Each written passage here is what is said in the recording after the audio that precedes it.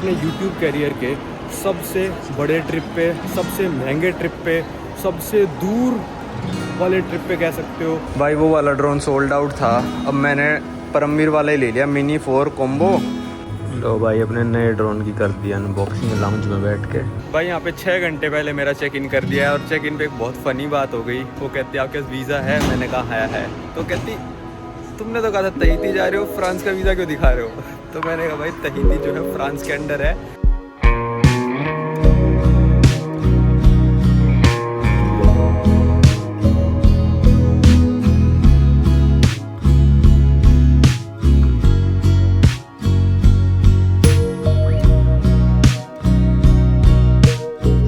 स्वागत है भाई आप सभी लोगों का एक नई वीडियो में और एक नए ट्रिप की शुरुआत मैं करने जा रहा हूँ लगभग 3 महीने बाद। बीच में मेरी शादी आ गई थी, सब लोगों को पता चली गया है।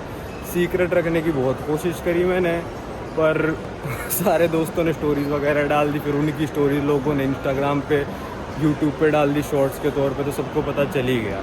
तो अभी मैं हनीमून से वापस आया था, आपने जो सीरीज़ देखी उसके एक दिन बाद ही अब मैं जा रहा हूँ अपनी ज़िंदगी के, अपने यूट्यूब कैरियर के सबसे बड़े ट्रिप पे, सबसे महंगे ट्रिप पे, सबसे दूर वाले ट्रिप पे कह सकते हो, सबसे आइसोलेटेड ट्रिप पे, सबसे रिमोट आइलैंड विज़िट करने, जिसका नाम है पिटकेन आइलैंड। जिसको पहुंचने के लिए ही मैं आपको फ़्लाइटें गिनवा देता हूँ मेरे को कितनी लेनी पड़ेंगी।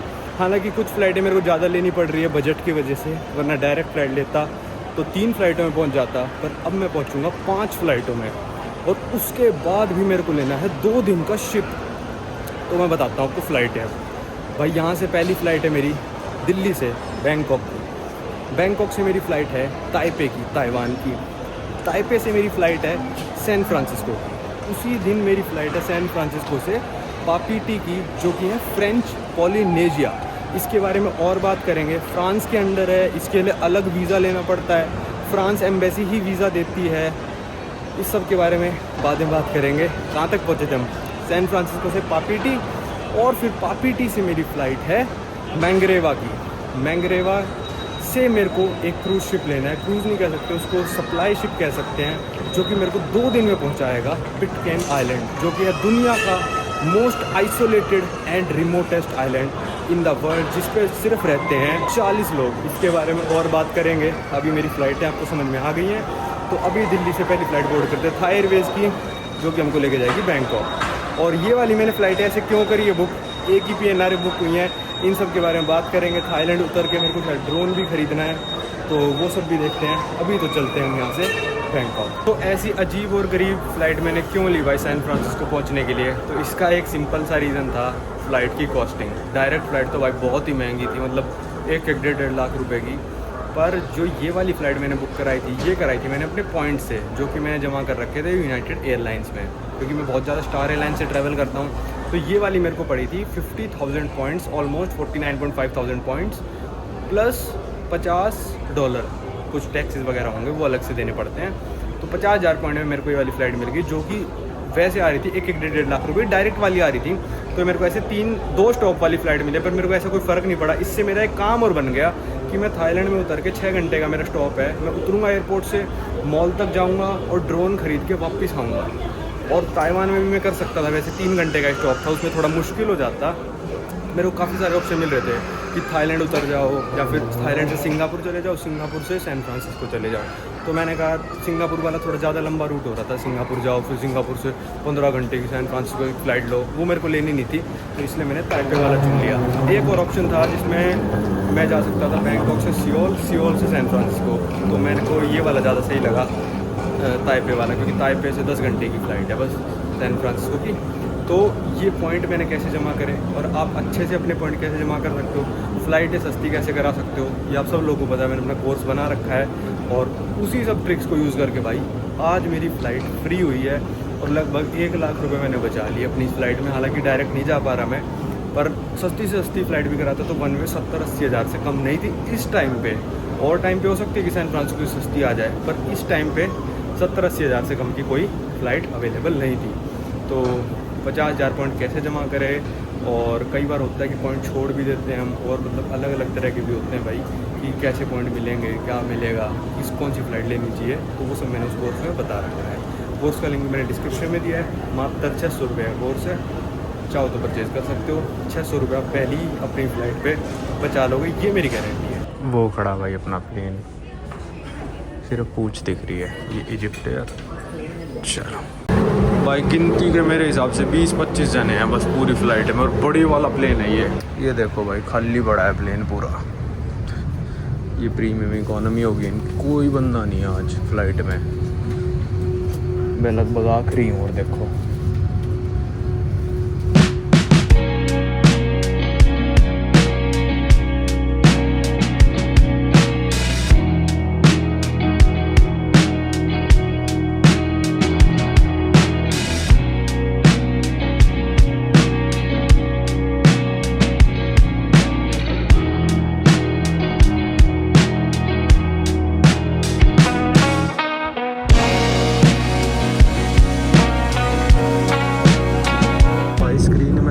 मज़ा नहीं आ रहा, मतलब बिल्कुल ही ऐसे रगड़ के करना पड़ रहा है तब जाके स्क्रीन कहीं चल रहा है। पुराना प्लेन है ये, स्क्रीन इसमें पुराने है, पर इतना है कि स्क्रीन है।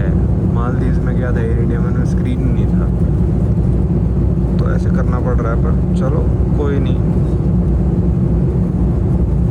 थोड़ा 3 घंटे 15 मिनट की फ़्लाइट दिखा रहा है भाई, 5-10 मिनट हो होंगे उड़े हुए। इतनी छोटी होती है कि बैंकॉक की फ़्लाइट।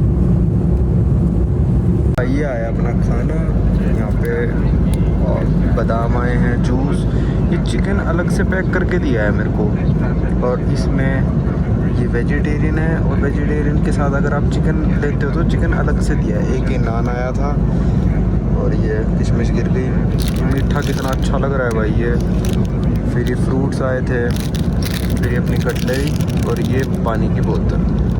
बहुत ही अच्छी सर्विस है भाई, और फटाफट होगी क्योंकि प्लेन में बंदे ही नहीं हैं, 20-25 ही बंदे हैं, उनकी सर्विस कर दी। अब करते हैं विंडो डाउन और खाते हैं, और अपनी मूवी लगा दी मैंने।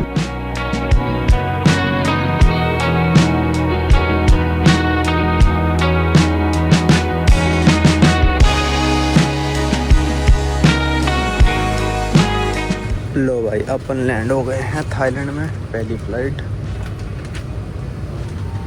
और अब चलना है भाई एयरपोर्ट के बाहर ड्रोन खरीदने। भाई इमिग्रेशन करा के थाईलैंड से बाहर निकल गया मैं, तो कहती बोर्डिंग पास दिखाओ। मैंने अराइवल कार्ड कुछ भरना होता है आजकल डिजिटल थाईलैंड का, मेरा आना जाना होता नहीं तो मेरे को पता नहीं, तो मैंने भर दिया था वैसे वो एयरपोर्ट पे ही। तो उसमें लिखा था मैं तो सिर्फ ट्रांजिट कर रहा हूँ। कह रही ट्रांजिट कर रहे हो, पर आप बाहर जाना चाहते हो? मैंने कहा हाँ जाना चाहता हूँ, मेरे को कैमरा खरीदना है, ड्रोन नहीं बोला मैंने कैमरा खरीदने हैं। कहती अच्छा दूसरा बोर्डिंग पास दिखाओ, देखा स्टैम्प मारी, पट जाओ। तो यहाँ पे बाहर निकल चुका है। अब एक दिक्कत है यार, मेरे को आज ना ग्रैब लेने की जगह मेरे को जाना था यहाँ की मेट्रो से जल्दी भी पहुँचते हैं और सस्ता भी बहुत ज़्यादा है। तो सिर्फ 35 बात में आप सिटी सेंटर पहुँच जाते हो। तो पर दिक्कत ये है भाई, मैं डॉलर लाने भूल गया, घर से जल्दी निकला ना, डॉलर का एक भी नोट नहीं है मेरे पास, फॉरेन करेंसी है ही नहीं मेरे पास। और यहाँ के ATM से निकालो तो 220 बात लगते हैं। या तो मैं सोच रहा हूँ कि सारे के सारे ड्रोन के पैसे भी ATM से निकाल लूँ, फिर कैश पेमेंट कर दूँ, तो फिर अपना वो भी निकल जाएंगे। देखता हूँ, वैसे तो मैंने सोचा था कोई इंडियन होगा तो उससे भाई 100-200 बात लेके उसको पेटीएम कर दूंगा, पर देखते हैं। चलो बाहर निकलते हैं फटाफट और चलते हैं भाई, क्योंकि 8 बजे हो जाएगी दुकान बंद, और अब लगभग बज चुके हैं 6। ATM से निकलवा रहा हूँ 15,000 बात, 220 बात। ये पूरे थाईलैंड में भाई लेते ही लेते हैं, इसको एक्सेप्ट करना ही पड़ेगा, उसके अलावा कुछ कर नहीं सकते हम। तो 15,000 निकल जाएंगे अपने। ड्रोन इसमें शायद नहीं आएगा क्योंकि 40,000 तक की इस कार्ड में लिमिट है पर डे की ना, तो उसके हिसाब से 15,000 ही निकल सकते थे, वो मैंने निकलवा लिए। ये आ गए भाई अपने 15,000 बात ड्रोन के। हमको जाना है भाई इस वाली से, एयरपोर्ट रेल लिंक जो लिखा है ना, इस वाली से हमको जाना है भाई। एयरपोर्ट से कोई ट्रेन में जाता ही नहीं। एक ये एंट्री थी, पर यहाँ पे 1000 बात के नोट नहीं चलते मशीन में, सिर्फ 20, 50 और 100। और जो मेन टिकटिंग काउंटर है इनका दूसरी तरफ है, था यहाँ पे भी, पर कोई बैठा नहीं था क्योंकि बिजी नहीं है स्टेशन, कोई जाता नहीं है, सब टैक्सी से जाते हैं, तो इतना स्टाफ इन्होंने रख ही नहीं रखा। वापस थोड़ा सा जाना पड़ रहा है मेरे को, 100-200 मीटर, और फिर जा सकता हूँ। अगर मेरे छुट्टे होते तो यहाँ से एंट्री हो जाती, अब मेन वाले से करनी पड़ेगी। स्टेशन पे आ गया भाई, 45 बात की टिकट थी, वो ले ली। स्वर्ण भूमि से मेरे को जाना है आखिरी तक, फ़या थाई तक, 7-8 स्टेशन है। इसके बाद मेट्रो लेनी है, तो मैं MBK सेंटर पहुँच जाऊँगा, जो कि मेन इनका इलेक्ट्रॉनिक बाज़ार है, मतलब पूरा एक मॉल है बड़े वाला, वहाँ पहुँच जाएंगे हम। तो चलो चलते हैं। भीड़ तो बहुत है यार यहाँ पे। मेरे को लग रहा था कोई नहीं है, मैं गलत एग्जिट से घुस गया। भाई मैं आया हूँ एयरपोर्ट से, स्वर्ण भूमि से ऐसे लेके ये वाली लाइन 45-32 में लगे। अब मेरे को जाना सियाम जो स्टेशन है इसके पास है MBK सेंटर, जो मतलब इनका सबसे बड़ा शॉपिंग मॉल है। यहाँ है DJI का स्टोर। तो अभी 2 स्टेशन और जाना है सुखमवित लाइन पे। भाई ये वाली टिकट महंगी निकली यार, मेरे को लग रहा था 10 बात की होगी, 2 स्टेशन जाना है। ये टिकट दी है, ये 25 बात की टिकट है भाई। ये वाली काफ़ी महंगी। एयरपोर्ट से इतनी दूर आया मैं 45, और यहाँ से 2 स्टेशन जाना है 25। चलो जैसा भी है, फिर भी सस्ता ही है टैक्सी से। तो ये आ गई अपनी सुखमवित लाइन, 2 ही स्टेशन जाने हैं इसमें। तो यहाँ उतर गया भाई मैं सियाम मेट्रो स्टेशन पे, और यहाँ से वॉक करके जा रहा हूँ MBK। लगभग 10 मिनट यहाँ से दूर है MBK सेंटर।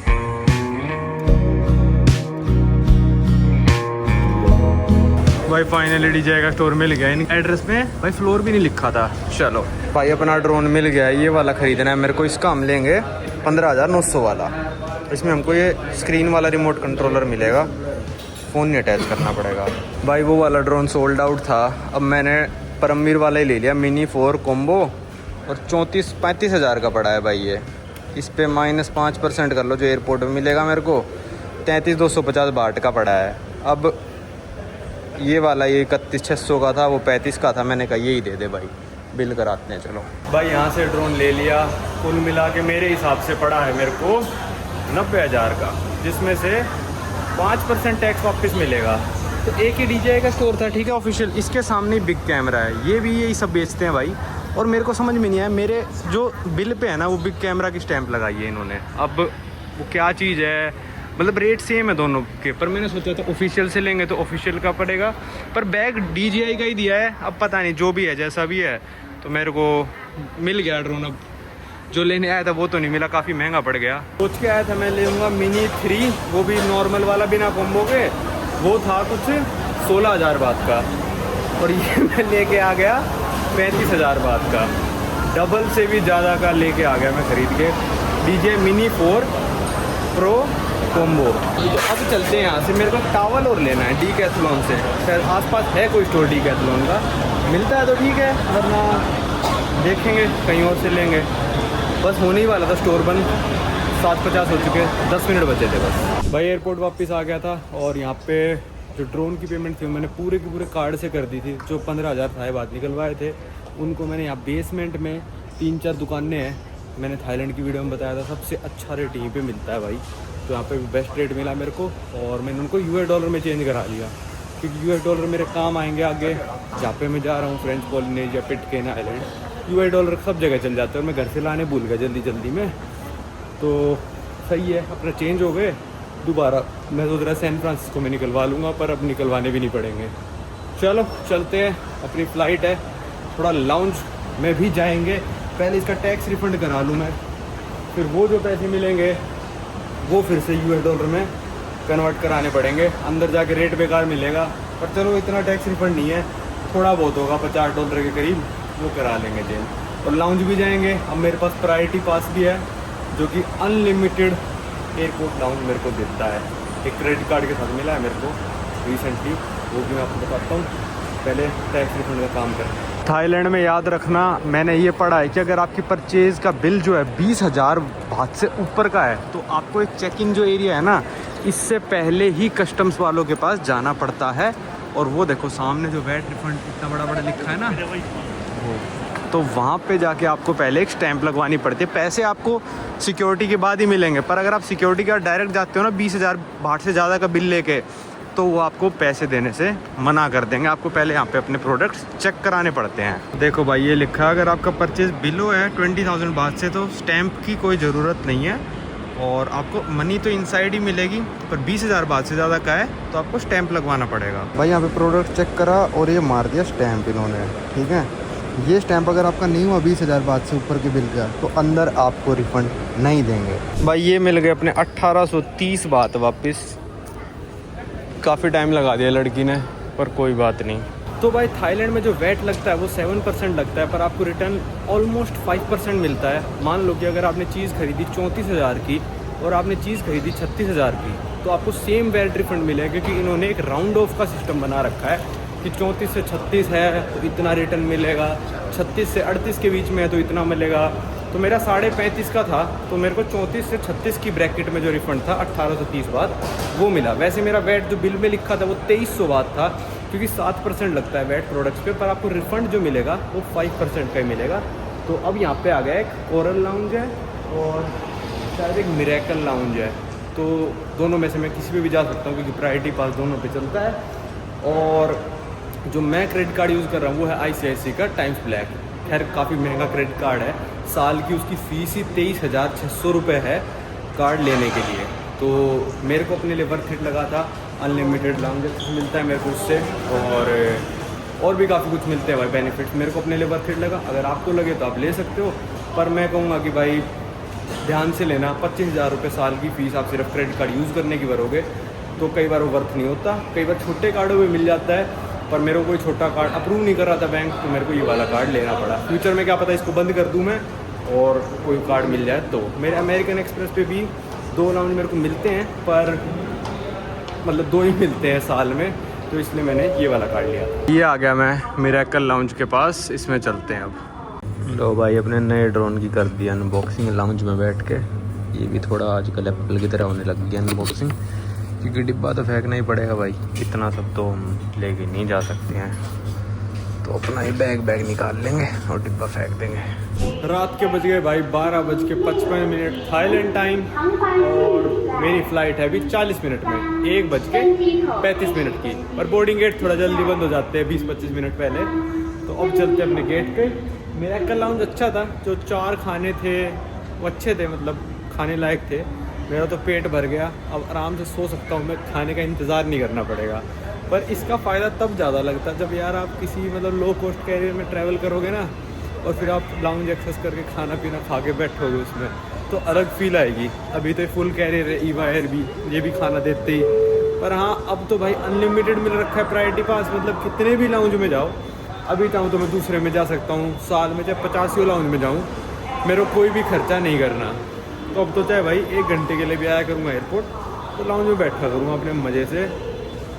जब मिली है सुविधा भाई, इतना महंगा कार्ड लिया है मैंने क्रेडिट कार्ड, खैर वो तो रिकवर हो चुके मेरे पैसे, पर करा करेंगे अब से प्रायोरिटी पास का भी यूज़ लाउंजेस में। ये आ गया भाई मैं ईवा एयर में, ये ताइवान की एयरलाइंस है यार। क्या मॉडर्न टीवी लगा हुआ है, मज़ा आ गया भाई देख के इसको तो यार। डिस्प्ले ब्राइटनेस बढ़ा देते हैं, क्या बात है यार, इतना बड़ा टीवी इकोनॉमी क्लास में। ये कह रहा था मैं एयर इंडिया की मालदीव वाली अपनी वीडियो देखी होगी तो भाई रखने रुकने का थोड़ा बना दिया करो। यहाँ देखो आराम से आके मेरे पासपोर्ट रख दिए, ईयरफोन्स वगैरह रखे हुए हैं। और ये कंपनी है, ये ताइवान की कंपनी है भाई। तो इस कंपनी का मतलब मेरे पास एक बार कोलैबोरेशन का भी आया था कि बिज़नेस क्लास में सब कुछ आपको ताइवान घुमा के लाएंगे, पर मैंने मना कर दिया था क्योंकि मैं घूम रखा था। इतना कोलैबोरेशन वगैरह करता नहीं हूँ मैं, सच्चे रिव्यू देने में ज़्यादा मज़ा आता है। पर भाई बहुत ही अच्छा कैबिन वगैरह है इनका।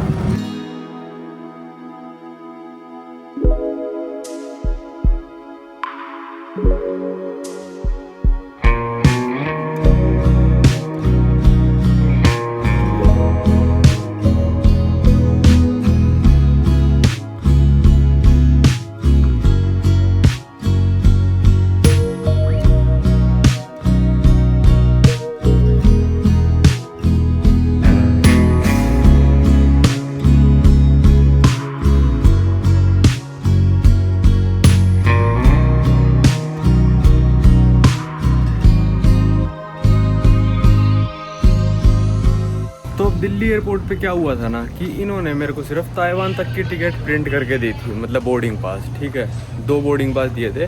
और ऑनलाइन भी जब मैं कर रहा था ना, तो मेरे सिर्फ 2 ही बोर्डिंग पास की चेक इन हो पा रहा था। ताइपे से जो आगे की फ़्लाइट थी सैन फ्रांसिस्को की, उसका चेक इन नहीं हो पा रहा था। तो उन्होंने कहा था ताइवान जाके आप कलेक्ट कर लेना। तो अभी मेरे को कहा है ट्रांसफ़र काउंटर डी पे जाओ, वहाँ पे आपका जाके यूनाइटेड की चेक इन होएगा, ठीक है।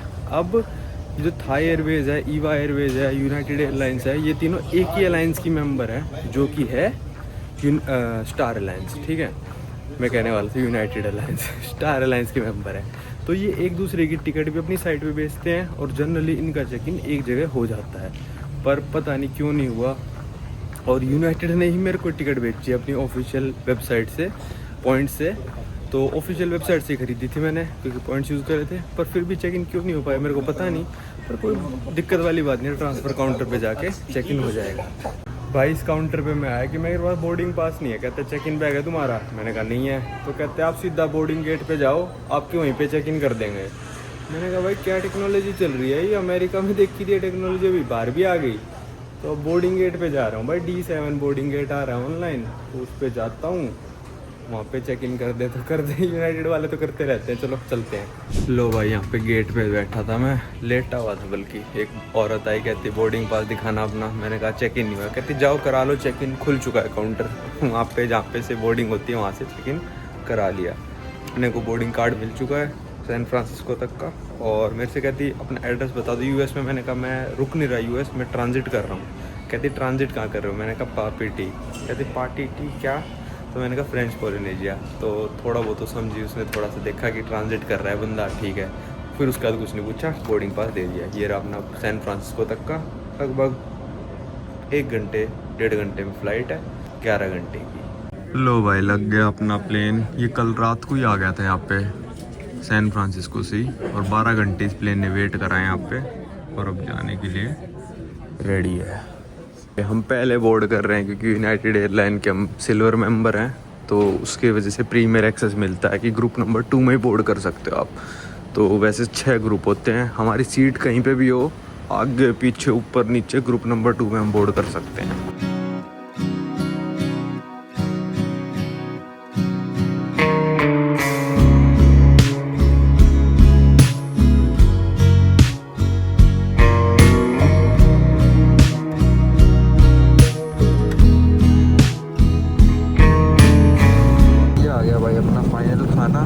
और लैंडिंग भी होने ही वाली है बस हमारी, लगभग 2 घंटे में, 2 घंटे से भी कम, 1 घंटा 20 मिनट।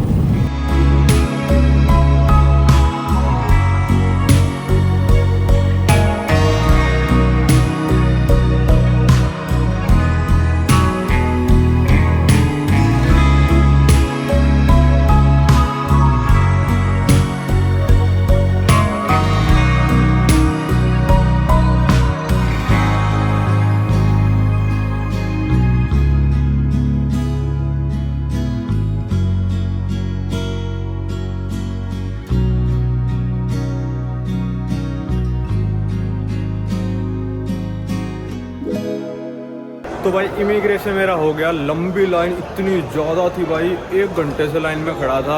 और उसने एक सवाल पूछा कि आज क्या करने आए हो? मैंने कहा आज मैं जा रहा हूँ, ट्रांजिट कर रहा हूँ तहीती के लिए।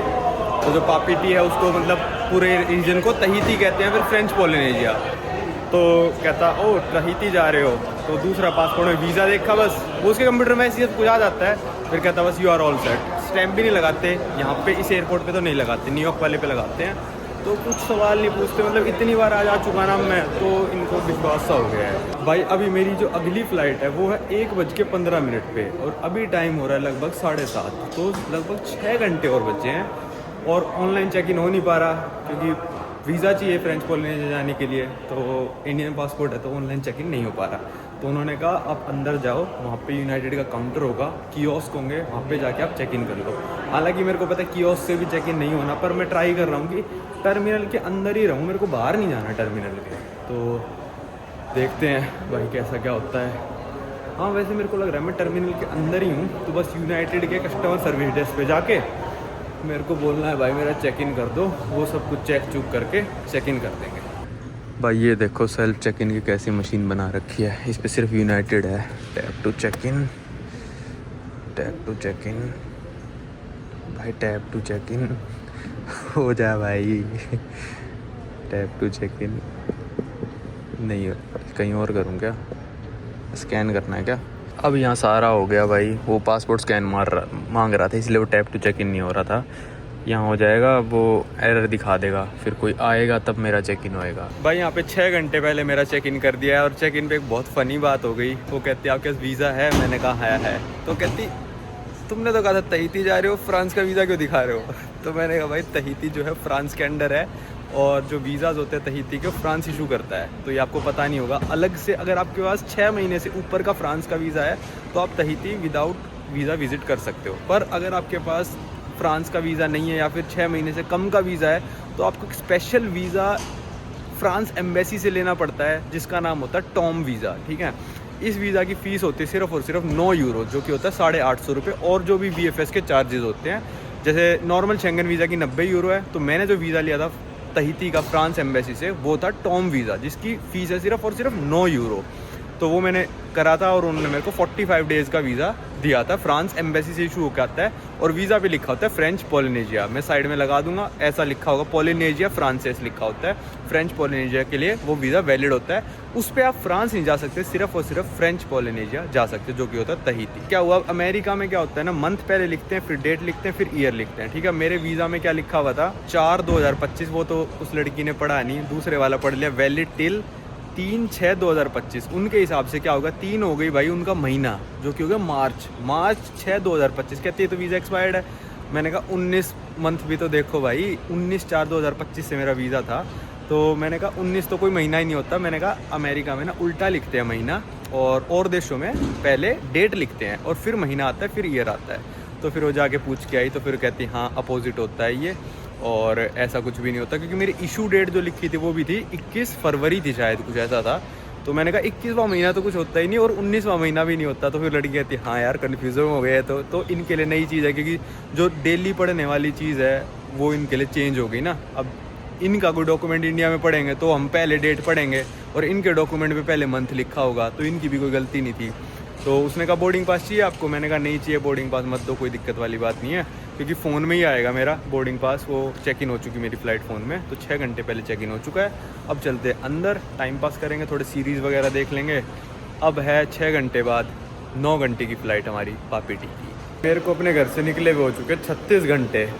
वैसे सैन फ्रांसिस्को की डायरेक्ट फ़्लाइट मिल जाती मेरे को तो भाई 16 घंटे में पहुंच जाता, शायद 16 नहीं, तब भी 20 तो लग ही जाते हैं। मतलब मैं घर से निकलने तक का टाइम लगा रहा हूँ चेक इन वेक इन करके, तो तब भी 20 तो लग ही जाते हैं। और वो डायरेक्ट फ़्लाइट थी भाई 1.5 लाख रुपए की, तो मैं ले ही नहीं सकता था वो, इसलिए मैं ऐसे 3 फ़्लाइट बदल के यहाँ तक पहुँच जाऊँ कि पॉइंट्स में आ गई मेरी।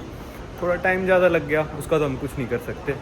और भाई इसका हो चुका, अब बस गेट पे वेट करना है। अभी गेट असाइन नहीं हुआ है, 9 घंटे की ये फ़्लाइट है भाई, और अभी तो 5 घंटे बाद है, 14 घंटे और, मतलब 50 घंटे में पहुँचूँगा तहीती। उसके बाद मैं 2 दिन बाद फ़्लाइट लूँगा, 2 दिन नहीं, लगभग 36 घंटे बाद 4 घंटे की फ़्लाइट और एक दूसरे आइलैंड की मैंग्रेवा जो मैंने आपको बताया था। उसके बाद 2 दिन क्रूज़ लूँगा, जब जाके मैं पिटकेन आइलैंड पहुँचूँगा। मतलब आप इंडिया से अगर सबसे तेज़ खर्चा कर करके भी पहुँचना चाहो ना, तो ये मान लो कि आपको 5 दिन तो लग जाएंगे पहुँचने में। मेरे को 2 दिन तो शिप पे ही और 2 दिन आपके फ़्लाइटों में लगेंगे ही। मतलब 4, साढ़े 4-5 दिन से कम मैं आप पिटकेन आइलैंड नहीं पहुँच सकते। तो फिर वहाँ से वापस भी आना है भाई, मतलब वापस उस वाले आइलैंड से मेन तहीती के आइलैंड पे, तहीती के आइलैंड से फिर सैन फ्रांसिस्को की फ़्लाइट लूँगा। सैन फ्रांसिस्को से फिर आगे की मैंने लंदन की फ़्लाइट करा रखी है, तो लंदन भी मैं जा रहा हूँ। टायर्ड हो रखा है माइंड, पर एक्साइटमेंट बहुत ज़्यादा है कि भाई ऐसे आइलैंड जा रहा हूँ, मतलब जो इतना रिमोट है, इतना खर्चा करने का सोचा मैंने। फाइनेंशियली भी बहुत बुरा डिसीजन है ये, मतलब एंटार्क्टिका से भी ज़्यादा खर्चा हो चुका है। आप सोचोगे फ़्लाइट में इतना होगा, नहीं। अभी मैं क्रूज़ का प्राइस ही बताऊँगा आपको, जो क्रूज़ हम लेंगे उसका प्राइस, पिटकेन में रुकने का फ़ीस, और जो छोटी सी 4 घंटे की फ़्लाइट आने जाने की लूँगा मैं, उस सब मैं जब होएगा तब बताऊँगा। ये वाली अब फ़्लाइट मान लो अभी तक सैन फ्रांसिस्को तक की, ये मान के चलो मेरे को पड़ी होगी $600 की। अगर मैं पॉइंट से नहीं देता तो $600 की पड़ती है, मान लो मेरे पॉइंट्स इतने वर्थ थे वो, ठीक है। अब ये आगे की फ़्लाइट जो है ये वाली है $400 की, सैन फ्रांसिस्को से तहीती की। तो कितने हो चुके, $1000 अभी तक हो चुके। एडिटर सारा खर्चा लिखते रहना जब तक खर्चा ख़त्म ना है, ऊपर आना चाहिए कि कितना हो चुका पिटकेन आइलैंड जाने में खर्चा, ठीक है। $1000 अभी तक हुआ है, अब आप आगे गिनते रहना भाई। अब मैं आ गया सैन फ्रांसिस्को के एयरपोर्ट पे एक लाउंज में, पर इस लाउंज का थोड़ा अलग सिस्टम है, क्योंकि यहाँ पे वो वाला लाउंज नहीं, जैसे मतलब जिसमें होता है बुफे वगैरह लगता है, इस वाले लाउंज में सिस्टम है प्रायोरिटी पास मेरा चलेगा। यहाँ पे कस्टमर को PVD है, पर इसमें ये है कि भाई आपको कस्टमाइज़ अपना ऑर्डर करना पड़ेगा। ऑर्डर का मेन्यू यहाँ पे दे के चलेगा, इसमें रेट भी लिखा है। मेरा ऑर्डर अगर $28 से ऊपर जाता है तो मेरे को इनको पे करना है, अगर $28 से मेरा ऑर्डर नीचे रह जाता है तो मेरे को इनको कुछ पे नहीं करना। तो ये थोड़े रूल्स चेंज हो जाते हैं। ज़्यादा आप मतलब अच्छे एयरपोर्ट पे जाओगे तो मतलब वहाँ पे लाउंजेस जैसे नहीं मिलते कई बार, तो कोई नहीं, $28 से यहाँ पे जितनी भी चीज़ें मैं देख रहा हूँ ऑलमोस्ट सारी कम ही हैं। $28 से ऊपर कुछ नहीं है। वैसे तो मैं मन बना के आया था कि सिर्फ पानी और कोक पी लूँगा, पर कुछ ना कुछ खा के ही चलते हैं। अब आए हैं तो 5-6 घंटे हैं, फिर आराम से बैठ के अपना प्रोग्राम भी देखेंगे। क्या होता है यहाँ पे बैठे रहो, खाली पड़ा है अभी। तो ये भी अलग तरह का है भाई कि आपको $28 मिलेगा, बुफे टाइप में कुछ भी ऑर्डर करो। लाउंज है पर आपको $28 तक लिमिट है। जो तहीती में जा रहा हूँ वहाँ पे मैंने लाउंज चेक किया तो वहाँ पे शायद $26 तक की लिमिट है कि आप ऑर्डर कर सकते हैं। भाई ये आ गया अपना खाना, और बेकन था उस वाले में, तो उसने कहा मैं एवोकाडो ले आऊँ उसकी जगह, तो मैंने कहा भाई ले आ एवोकाडो, ले आ बेकन की जगह। स्क्रैम्बल्ड एग, पोटैटो और ऑरेंज जूस। ये था 22 का, ये था 5 का 27, और इस पे थोड़ा टैक्स लगेगा $2-3, तो वो मेरे को पे करने होंगे। तो भाई खाना खा के मैं आ गया था। ये आउटडोर टेरेस है सैन फ्रांसिस्को के एयरपोर्ट पे, जी गेट्स के एंड में है ये जाके। तो यहाँ पे भाई बहुत ज़्यादा ठंड होने लग रही है। इंडिया में तो 45 डिग्री टेम्परेचर हो रहा है, यहाँ पे 10 डिग्री होने लग रहा है भाई इस टाइम पे, और इतनी ठंडी हवा चल रही है। मेरे को अंदर जाना पड़ेगा अभी। तो मेरा बिल आया था शायद $2.5 ऊपर आया था, मतलब $30.5 का कुछ बिल आया था मेरा। और उसके ऊपर भाई $2 उस बंदे को टिप देनी पड़ गई मेरे को। टिप तो भाई आपको देनी ही पड़ेगी अमेरिका आके। बेशर्मों की तरह नो टिप कर सकते हो क्लिक, पर वो होता नहीं मेरे से। तो लगभग $4.7 का कुछ बिल आया, और मस्त खाना खा लिया। यहाँ से देखो भाई पूरा सैन फ्रांसिस्को का एयरपोर्ट दिख रहा है। पूरा तो नहीं, खैर एक तरफ के गेट्स दिखने लग रहे हैं। तो ये आउटडोर है, मतलब ओपन है पूरा ये, तो यहाँ पे आके आप बैठ सकते हो। पर ठंड बहुत ज़्यादा हो रही है, मैं तो अंदर ही चलता हूँ। वैसे अच्छा कॉन्सेप्ट है ये, हर एयरपोर्ट वालों को कर सकते हैं, हर एयरपोर्ट वाले कर सकते हैं। मतलब यहाँ पे शायद लोग स्मोकिंग, नो स्मोकिंग लिखा है, यहाँ नहीं कर सकते स्मोकिंग, तो यहाँ पे भी बढ़िया है एरिया। भाई ये अपनी अगली फ़्लाइट पापीती ताहिती की G2 गेट नंबर से डिपार्ट्स 1:15। चलो मैंने अभी चेक करा और हमारी फ़्लाइट में 160 सीटें खाली हैं। बड़े वाला प्लेन है और 160 सीट्स खाली पड़ी है हमारे प्लेन में। यूनाइटेड कैब में सब पता चल जाता है, तो खाली जाएगा प्लेन तो आराम से सो के जा सकते हैं। चलो भाई बोर्ड करते हैं अपनी आखिरी फ़्लाइट आज के लिए। लेनी है इसके बाद एक और फ़्लाइट, पर अभी के लिए तो यही जाके रेस्ट करेंगे। ये फ़्लाइट जब तक पहुंचेगी, मेरे को घर से निकले हुए 50 घंटे से भी ज़्यादा हो चुके होंगे। भाई यूनाइटेड वैसे खाने पीने में थोड़ी बेकार एयरलाइन हो सकती है, पर सीट ना आप आखिरी में भी चुन सकते हो। तो पूरी रो खाली थी, तो मैंने ये वाली अपनी विंडो सीट चुन ली थी। तो 45L इसकी पूरी रो मेरी खाली है, तो मैं अपना सामान निकाल लूँ पहले, फिर अपना आराम से सोएंगे। भाई यूनाइटेड मस्त एयरलाइन है। अभी मैं यहाँ पे बैठ गया हूँ ना इस सीट पे, अभी भी चाहूँ तो मैं अपनी ऐप में से कोई सीट खाली है ना, तो चूज़ करके सेलेक्ट करके वहाँ बैठ सकता हूँ। मेरे ऐप में अपडेट हो जाएगा, तो वो मेरी सीट हो जाएगी। तो भाई इस मामले में ना यूनाइटेड एयरलाइन से बढ़िया एयरलाइन मेरे को आज तक नहीं मिली है।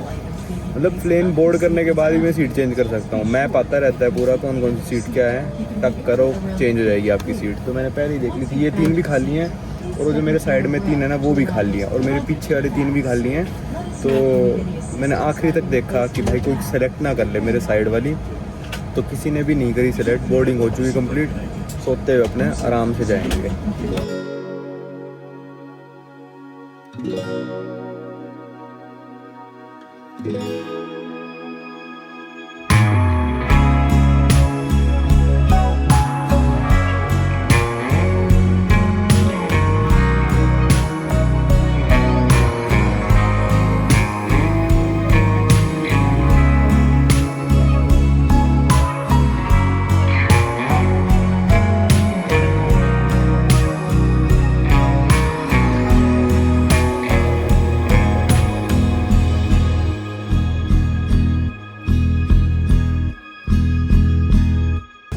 लो भाई यहाँ पे पहुँच गए, हमारा प्लेन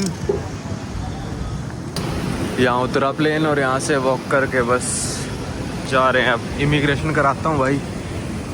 पहुँच गए हैं हम ताहिती, फ्रेंच पॉलिनेशिया। यहाँ पे झंडा भी लगा रखा है इन्होंने, फ्रांस का और फ्रेंच पॉलिनेशिया का झंडा, दोनों अलग अलग हैं, आपको साइड में देखने को मिल जाएंगे। भाई शाम के 7 बजे देखो वेलकम कैसे हो रहा है। ये सारे ट्रॉपिकल आइलैंड्स में ऐसे ही होता है, फिजी में भी ऐसा ही था, यहाँ भी ऐसा ही है। 3 लेन बना रखे हैं यहाँ पे, EU के लिए, विजिटर्स के लिए और US सिटीजन्स के लिए। US वालों को काफ़ी प्रायोरिटी दे रहे हैं भाई यहाँ पे भी, पता नहीं क्यों, क्योंकि इनका तो कोई लेना देना भी नहीं है, पर है यहाँ पे प्रायोरिटी। भाई यहाँ निकल गया हूँ मैं, इमिग्रेशंस कस्टम सब करा के बाहर। अब चाहिए मेरे को थोड़े पैसे, यहाँ से निकलवानी है मेरे को करेंसी इनकी। ये जो मेरा इमिग्रेशन हुआ है वो फ्रांस वालों ने किया है। पुलिस जो बैठी थी यहाँ पे, फ्रांस की पुलिस थी, मतलब फ्रांस के अंडर आता है ये पूरा, पर ये यूरोप में नहीं है, शायद यूरोपियन यूनियन में भी नहीं है, तो पर इमिग्रेशन फ्रांस वाले कर रहे हैं। जैसे गुआम में इमिग्रेशन US वाले ही कर रहे थे, हालांकि वो US की मतलब मेन टेरिटरी या फिर स्टेट में नहीं आता था। अब कर लेते हैं भाई यहाँ की करेंसी की बात। आप सब सोच रहे हो कि भाई फ्रांस का इतना बड़ा हिस्सा है तो यहाँ पे यूरो चलता होगा, तो यूरो नहीं चलता है यहाँ पे चलता है French Polynesia Frank, CFP Frank चलता है, जिसकी कीमत है $1 में 105 यहाँ के फ्रैंक आते हैं। मतलब जैसे आज की तारीख में $1 में 85 रुपीज़ है कुछ, तो यहाँ पे 1 USD में 105 फ्रैंक आते हैं आज की तारीख में। यहाँ पे 2 ATM है। अब चलते हैं भाई, ATM से निकलवा लेता हूँ मैं 15-20 हज़ार फ्रैंक निकलवा लेता हूँ, होटल वालों को देने, टैक्सी वालों को, और फिर थोड़े छोटे मोटे खर्चे। और अगर इसने चार्ज लिया तो फिर मैं वहाँ पे जाके डॉलर चेंज करा लूँगा। भाई अपनी ट्रांजैक्शन कंप्लीट हो गई है और यहाँ निकलेंगे पैसे, और रिसिप्ट भी मैंने मंगा लिया है, क्योंकि कई बार ATM ना चुपके से काट लेते हैं पैसे। देखना चाहता हूँ इन्होंने काटे हैं नहीं काटे, इन्होंने 20 के 20 ही दे दिए। ये भाई 2-10 हज़ार के नोट निकल के आए हैं, लगभग ये मान लो $100 के नोट हैं ये। तो ये निकल के आए भाई 2 नोट, मेरे को लग रहा है सबसे बड़े वाले नोट ही दे दिए, छोटे वाले देने चाहिए जब टैक्सी वाले को भी देने हैं। CFP, ये देखो CFP फ्रैंक है, और जैसे मैंने बताया $1 में 105 आते हैं ये, तो लगभग ये मान लो $95 के करीब हैं। 10,500 मिलने चाहिए थे एक $100 के, पर 500 कम है इसमें, तो थोड़े से कम है मतलब, ठीक है। तो ये भाई यहाँ के नोट लगभग मान लो कि 10,000 रुपये के बराबर ही हो गई है ना, थोड़े से कम, मतलब 8,000 रुपये। करेंसी चाहे कितनी कमज़ोर हो, महंगा बहुत ज़्यादा है। इसको मतलब मालदीव का भी बाप कहते हैं।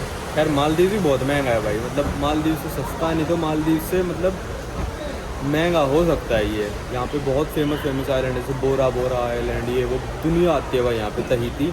पर इंडिया से इतना दूर पड़ जाता है ना, और आप भी सोचोगे भाई कहाँ से क्या फ़्लाइट फ्लूट लेके आया है यार, इतनी दूर से आने की क्या जरूरत थी, अजीब ही फ़्लाइट लेके आया है। भाई मैं आपको बता दूं, यहाँ पे फ़्लाइट ना 4 या 5 कंट्रीज़ से ही आती हैं।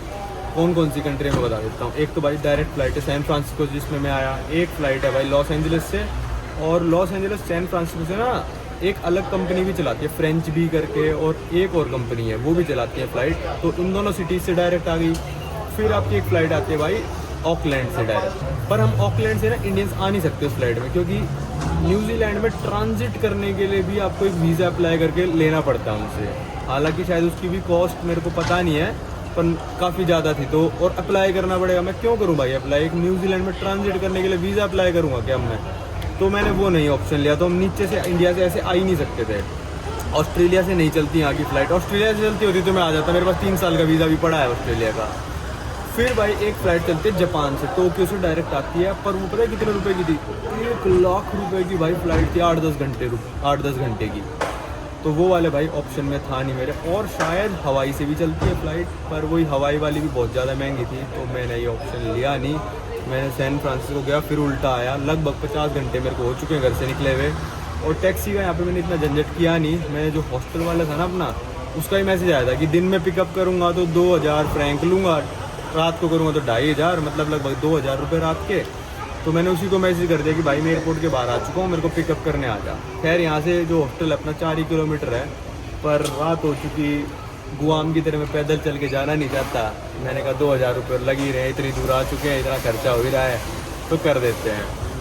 तो कल का दिन मैं पूरा इसी आइलैंड पे हूँ, और परसों की सुबह 6 बजे की मेरी फ़्लाइट है, 5वीं फ़्लाइट, जो मेरे को लेके जाएगी मंगरेवा आइलैंड पे, जहाँ से पिटकेन की मेरे को क्रूज़ मिलेगी। यहाँ से 4 घंटे की वो फ़्लाइट है, इतना दूर आइलैंड है। मतलब श्रीनगर से अगर कन्याकुमारी की फ़्लाइट लेना तो 3 घंटे से पहले लैंड हो जाएगी वो। यहाँ से जो फ़्लाइट में लेके जा रहा हूँ 4 घंटे की है, शायद 3 घंटे 45 मिनट की कुछ ऐसी है। तो इतना दूर है वो वाला आइलैंड, सबसे ज़्यादा रिमोट आइलैंड है वो फ्रेंच पॉलिनेशिया का। तो अब यहाँ पे हॉस्टल वाले का वेट करते हैं, वो पिकअप करने आ रहा है। भाई ये आ गए हमको लेने।